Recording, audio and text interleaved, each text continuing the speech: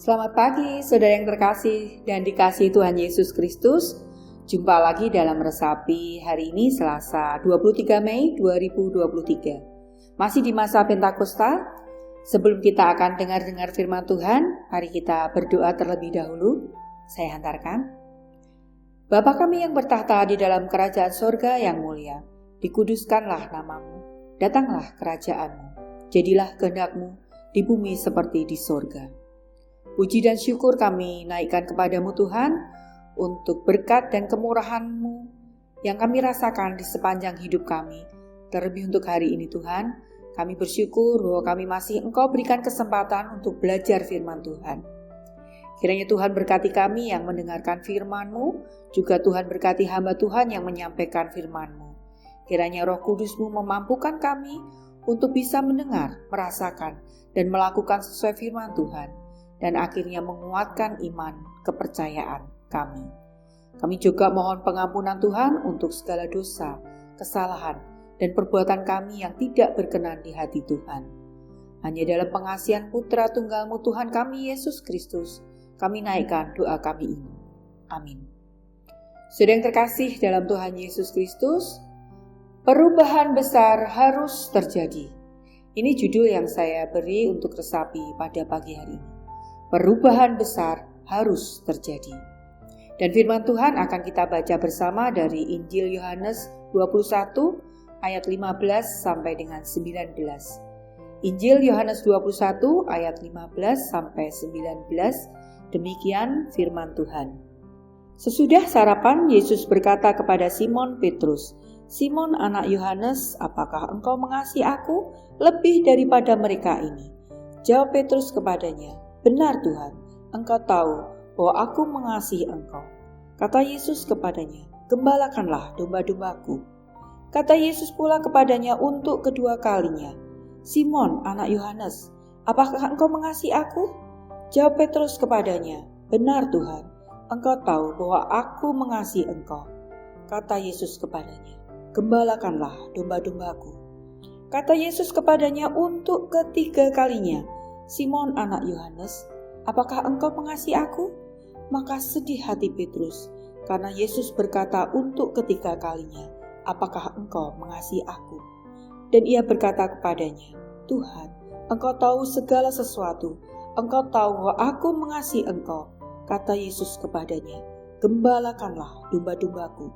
Aku berkata kepadamu, sesungguhnya ketika engkau masih muda, engkau mengikat pinggangmu sendiri, dan engkau berjalan kemana saja kau kehendaki.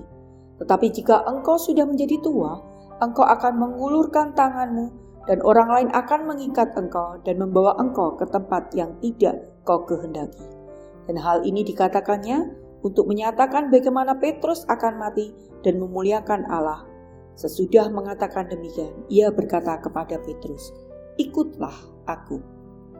Saudara yang terkasih dalam Tuhan Yesus Kristus, tentu masih ingat ya tentang cerita penyangkalan Petrus saat sebelum Yesus disalib, di mana di sana Petrus ditanya 3 kali berturut-turut tentang apakah dia mengenal Yesus. Dan untuk ketiga pertanyaan itu Petrus tiga-tiganya menyangkal bahwa dia mengenal Yesus ya. Dia di sana menyatakan tidak mengenal. Nah, ternyata rasa bersalah Petrus ini masih terbawa ya saudara ya. Saat Petrus sampai menjelang Tuhan menemui Petrus dan teman-temannya di Danau Tiberias. Biasanya Petrus itu selalu paling cepat, paling tanggap, dan suka menggebu-gebu. Namun ketika Tuhan bangkit, justru Petrus melambat larinya. Dan saat Yesus menampakkan dirinya di Danau Tiberias, yang saat itu Petrus dan murid yang lain sedang menjala ikan, Petrus pun lamban dalam menyadari bahwa di dekatnya ternyata ada Yesus yang telah bangkit. Dan di sini justru Yohaneslah yang pertama kali menyadari. Dan dia berbisik kepada Petrus saat itu bahwa ternyata di dekatnya ini gurunya, yaitu Yesus. Nah, secepat kilat Petrus pun melompat ke air untuk menemui Yesus. Pertemuan dengan Yesus pun di sana Petrus hanya bungkam saudara ya. Dan akhirnya Yesuslah yang untuk memulai perkataannya. Seperti yang tadi kita baca bersama, Simon, anak Yohanes, apakah engkau mengasihi aku? Dan sebagainya, dan sebagainya. Dan itu ditanyakan Tuhan Yesus untuk ketiga kalinya juga.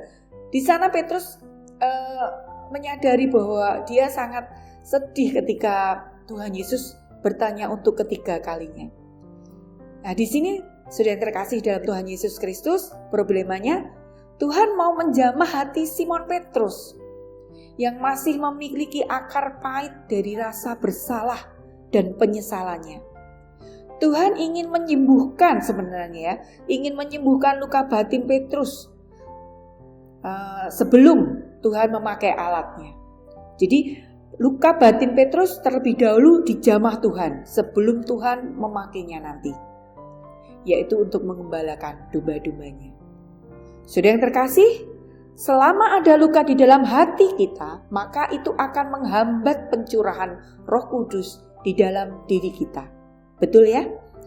Nah, sama halnya kalau kita dalam beribadah atau datang saat beribadah dengan membawa luka hati seperti gelisah, pikiran yang kita sedang kacau, pasti kita juga tidak bisa fokus untuk beribadah.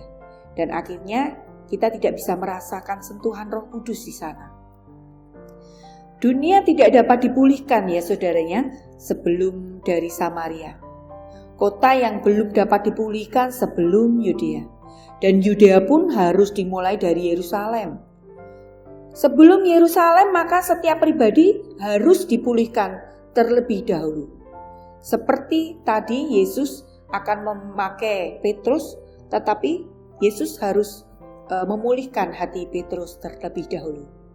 Nah, saudara yang terkasih, kita pun demikian. Kita tidak dapat mengubah dunia ini kalau tidak dari diri kita sendiri. Karena dari perubahan diri kita lah akan mengubah keluarga, lalu merembet ke kota, negara, dan akhirnya ke dunia. Kalau Roh Allah turun ke atas kita, maka kuasa Tuhan ada dalam diri kita untuk kita bisa mengubah dunia ini. Nah, saudara, mari kita adakan perubahan untuk diri kita sendiri dan kita akhirnya akan bisa merubah kepada skup-skup yang lebih luas. Kiranya firman Tuhan hari ini memampukan kita untuk dapat membawa perubahan besar bagi dunia ini melalui Roh Kudus yang Tuhan curahkan atas kita. Tuhan memberkati kita. Amin.